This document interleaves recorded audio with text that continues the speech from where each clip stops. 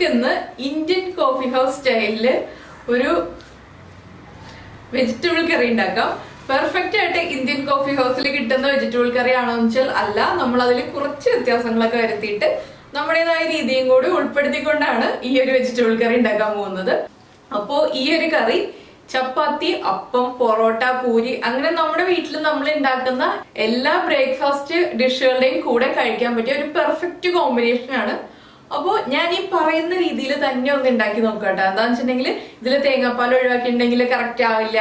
അപ്പൊ തേങ്ങാപ്പാലൊക്കെ ചേർക്കാൻ മടി കാണിക്കാതെ വളരെ കുറച്ച് ഒരു അരക്കപ്പ് തേങ്ങാപ്പാൽ ചേർത്താൽ മതി. അപ്പൊ ആ രീതിയിലൊന്ന് ഉണ്ടാക്കിയതിന് ശേഷം ഇതിന്റെ ഫീഡ്ബാക്ക് പറയാം.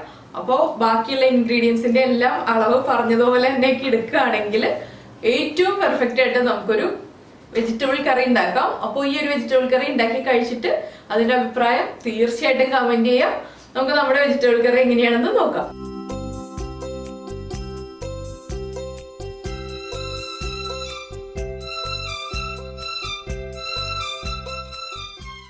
നമുക്ക് നമ്മുടെ Indian coffee house style vegetable കറിക്ക് ആവശ്യമായിട്ടുള്ള ഇൻഗ്രീഡിയൻസ് നോക്കാം.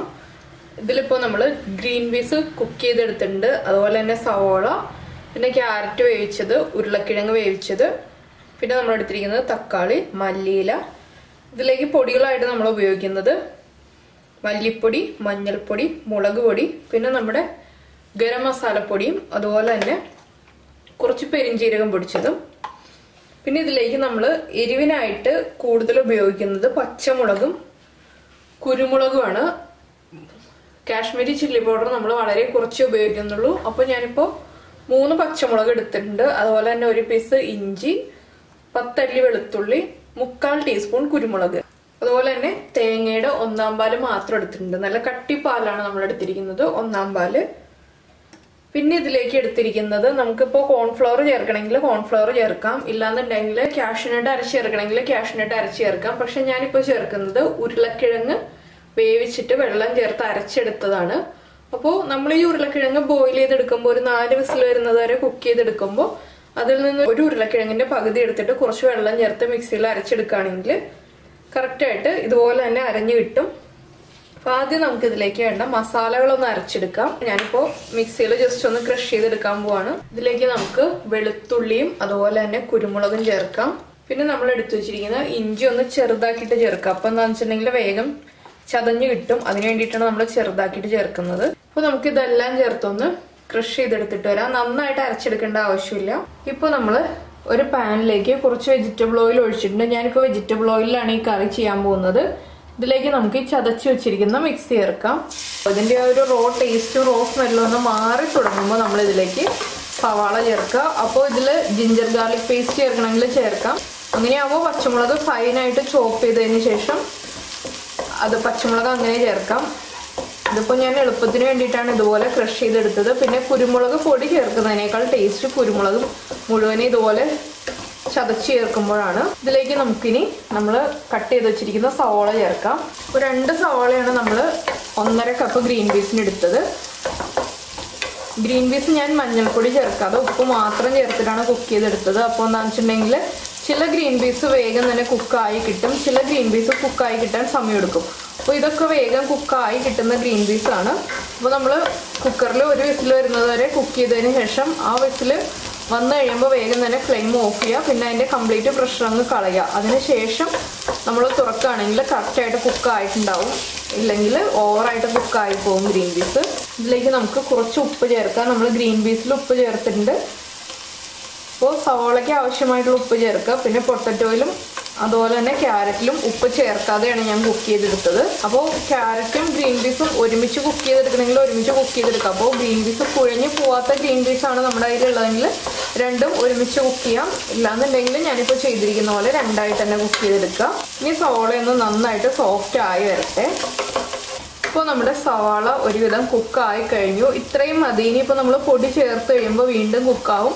അപ്പോൾ നമ്മളിപ്പോൾ 4 മിനിറ്റ് ആയിട്ട് ഹൈ ഫ്ലെയിമിൽ വെച്ച് ഇളക്കിക്കൊണ്ടിരിക്കുകയാണ്. ഇനിയിപ്പോൾ ഞാൻ ഫ്ലെയിം കുറയ്ക്കുകയാണ്. ഇതിലേക്ക് നമുക്ക് പൊടികൾ ചേർക്കാം.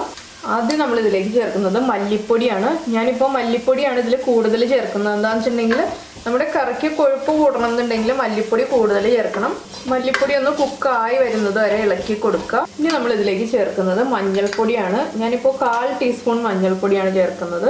മഞ്ഞൾപ്പൊടിയും കുക്കായി വരുമ്പോൾ നമുക്ക് ഇതിലേക്ക് കാശ്മീരി ചില്ലി പൗഡർ ചേർക്കാം. കാശ്മീരി ചില്ലി പൗഡർ ഞാനിപ്പോൾ ഒരു കളറിന് വേണ്ടി 1/4 ടീസ്പൂണേ ചേർക്കുന്നുള്ളൂ. അപ്പോൾ നമ്മുടെ കാശ്മീരി ചില്ലി പൗഡറും കുക്കായി കഴിഞ്ഞു. നമുക്കിതിലേക്ക് ഗരം മസാലപ്പൊടി ചേർക്കാം.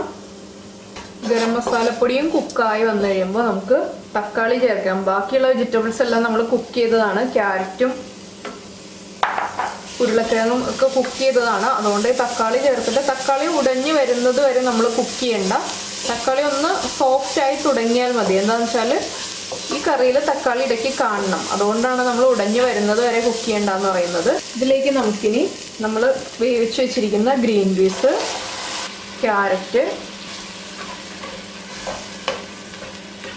അപ്പോൾ ഗ്രീൻ പീസും ക്യാരറ്റും മാത്രം ചേർത്തിട്ട് ഞാൻ ഇളക്കുന്നത് എന്താണെന്ന് വെച്ചിട്ടുണ്ടെങ്കിൽ ഉരുളക്കിഴങ്ങ് നമ്മൾ കുക്ക് ചെയ്തിട്ട് കട്ട് ചെയ്തെടുത്തതാണ്. അപ്പോൾ അത് വേഗം ഉടഞ്ഞു പോവും. അതുകൊണ്ടാണ് ഉരുളക്കിഴങ്ങ് ചേർക്കുന്നതിന് മുന്നേ ആയിട്ട് ഇളക്കി കൊടുക്കുന്നത്. ഇതിലിപ്പോൾ വെള്ളം കുറവുണ്ട്. അപ്പോൾ ഞാൻ ഗ്രീൻ പീസ് വേവിച്ച വെള്ളം കുറച്ചിരിക്കുന്നുണ്ട്, അത് ഒഴിക്കാൻ പോവാണ്. ഇനി നമുക്ക് ഫ്ലെയിം കൂട്ടി വയ്ക്കാം. ഇതൊന്ന് തിളച്ചു തുടങ്ങുമ്പോൾ നമുക്ക് ഇതിലേക്ക് ഉരുളക്കിഴങ്ങ് ചേർക്കാം. വെജിറ്റബിൾസ് എല്ലാം കുക്ക് ചെയ്ത് വെക്കുകയാണെന്നുണ്ടെങ്കിൽ പിന്നീട് നമുക്ക് ഈ സവാള വഴറ്റിയെടുക്കുന്ന ആ ഒരു സമയം മാത്രമേ പോവുള്ളൂ കറി റെഡിയാക്കാനായിട്ട്. ബാക്കിയുള്ള പ്രോസസ്സൊക്കെ വളരെ ഈസിയാണ്. അപ്പോൾ ഗ്രീൻ പീസും ക്യാരറ്റും കുക്ക് ചെയ്തെടുക്കുക എന്നുള്ളത് മാത്രമേ ഇതിൽ കുറച്ച് സമയം എടുക്കുള്ളൂ. പിന്നെ അതുപോലെ തന്നെ തേങ്ങാപ്പാൽ ചേർത്താലേ കറിക്ക് ടേസ്റ്റ് ഉണ്ടാവുള്ളൂ കേട്ടോ. അപ്പോൾ തേങ്ങാപ്പാൽ ഒഴിവാക്കാൻ പറ്റില്ല. പിന്നെ തേങ്ങാപ്പാൽ പിഴിഞ്ഞെടുക്കുന്നതിന് പകരം നമുക്ക് കോക്കനട്ട് മിൽക്ക് പൗഡർ ചേർക്കാം.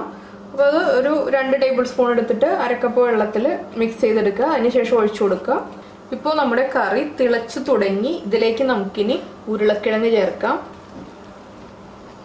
അപ്പോൾ ഉരുളക്കിഴങ്ങിൻ്റെയും ക്യാരറ്റിൻ്റെയും ഒക്കെ അളവ് കൂട്ടണം എന്നുണ്ടെങ്കിൽ കൂട്ടാട്ടോ. ഇനി നമ്മുടെ ഈ ഉരുളക്കിഴങ്ങിലേക്കും ക്യാരറ്റിലേക്കും എല്ലാം നന്നായിട്ട് ഈ മസാലകളൊന്ന് പിടിച്ച് ആ എരിവൊക്കെ ഒന്ന് പിടിച്ചു വരാൻ വേണ്ടിയിട്ട് നമുക്കൊന്ന് അടച്ചു വയ്ക്കാം. ഹൈ ഫ്ലെയിമിൽ തന്നെയാണ് ഞാനിപ്പോൾ അടച്ചു വയ്ക്കുന്നത്. അപ്പോൾ നമ്മൾ ഉരുളക്കിഴങ്ങും കൂടി ചേർത്തിട്ട് 1 മിനിറ്റ് ഹൈ ഫ്ലെയിമിൽ അടച്ചു വെച്ചു.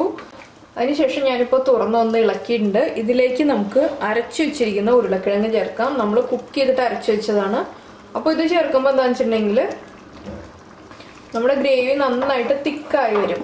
അപ്പോൾ എത്രത്തോളം തിക്നെസ് വേണം എന്നുള്ളതനുസരിച്ച് വേണം നമ്മൾ ഉരുളക്കിഴങ്ങ് ചേർക്കാൻ. ഇത് തിളയ്ക്കും തോറും കുറുകി വരും. അപ്പോൾ ഒന്ന് വീണ്ടും ഹൈ ഫ്ലെയിം ആക്കി വെക്കുക. അപ്പോൾ തന്നെ കുറുകി തുടങ്ങി, കണ്ടോ, ചൂടാവുമ്പോൾ തന്നെ കുറുകി തുടങ്ങി. ഇനി ഇതിലേക്ക് ഞാൻ ഫ്ലെയിം കുറച്ചിട്ട് തേങ്ങാപ്പാൽ ചേർക്കാൻ പോവാണ്.